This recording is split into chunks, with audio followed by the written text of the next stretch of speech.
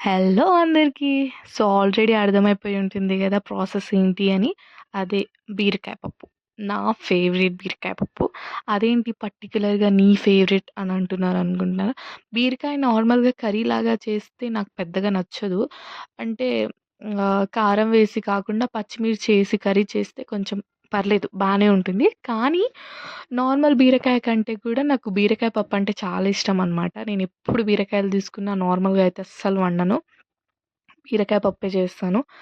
అది ఒక్కసారి మనం రుచి చూసాక దాన్ని మర్చిపోలేం కదా! అలా అనమాట. నా స్టైల్‌లో నేను మీకొకసారి చూపిచ్చేద్దాం అండ్ నాకు గూడా ఒక మెమరబుల్‌గా వీడియో ఉంటుంది అని చెప్పేసి షేర్ చేస్తున్నాననమాట. పెద్ద హడావిడి ప్రాసెస్ అయితే ఏముండదు. నార్మల్ బేసిక్స్ అనమాట. And here we go.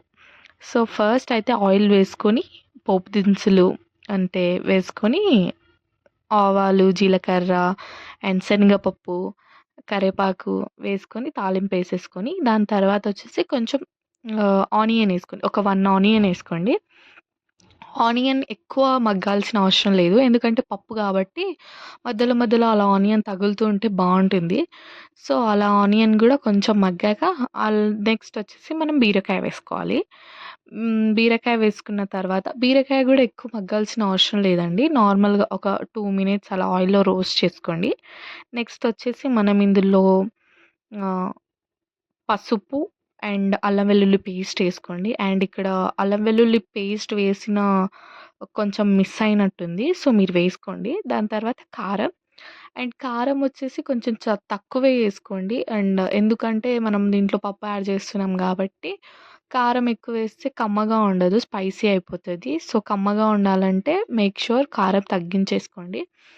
And next వచ్చేసి టమాటోస్ కూడా వేసేసుకోవాలి. ఇవన్నీ వేసుకొని ఒక ఆయిల్‌లో కొంచెం అలా అలా రోస్ట్ చేసుకున్న తర్వాత నెక్స్ట్ మనం పప్పు యాడ్ చేసుకుంటాం.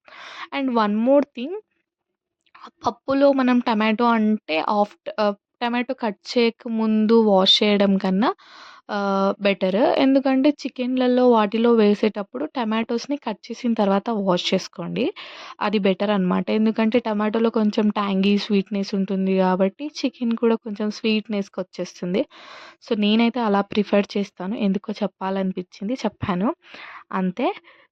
నెక్స్ట్ ఇలా టమాటోస్ కూడా వేసుకొని కొంచెం మగ్గాక నెక్స్ట్ ఇందులో పప్పేసేస్తాము. ఎక్కువ మగ్గాల్సిన అవసరం లేదు. ఎందుకంటే మనం 4-5 విజిల్స్ ఏస్తాం కాబట్టి పప్పుతో పాటు అన్నీ మంచిగా కుక్ అయిపోతాయి.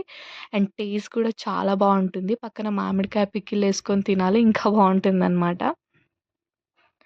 ఈ వీడియోకి డబ్ చూస్తున్నా గూడా నాకు నోట్లో వాటర్ వస్తున్నాయి.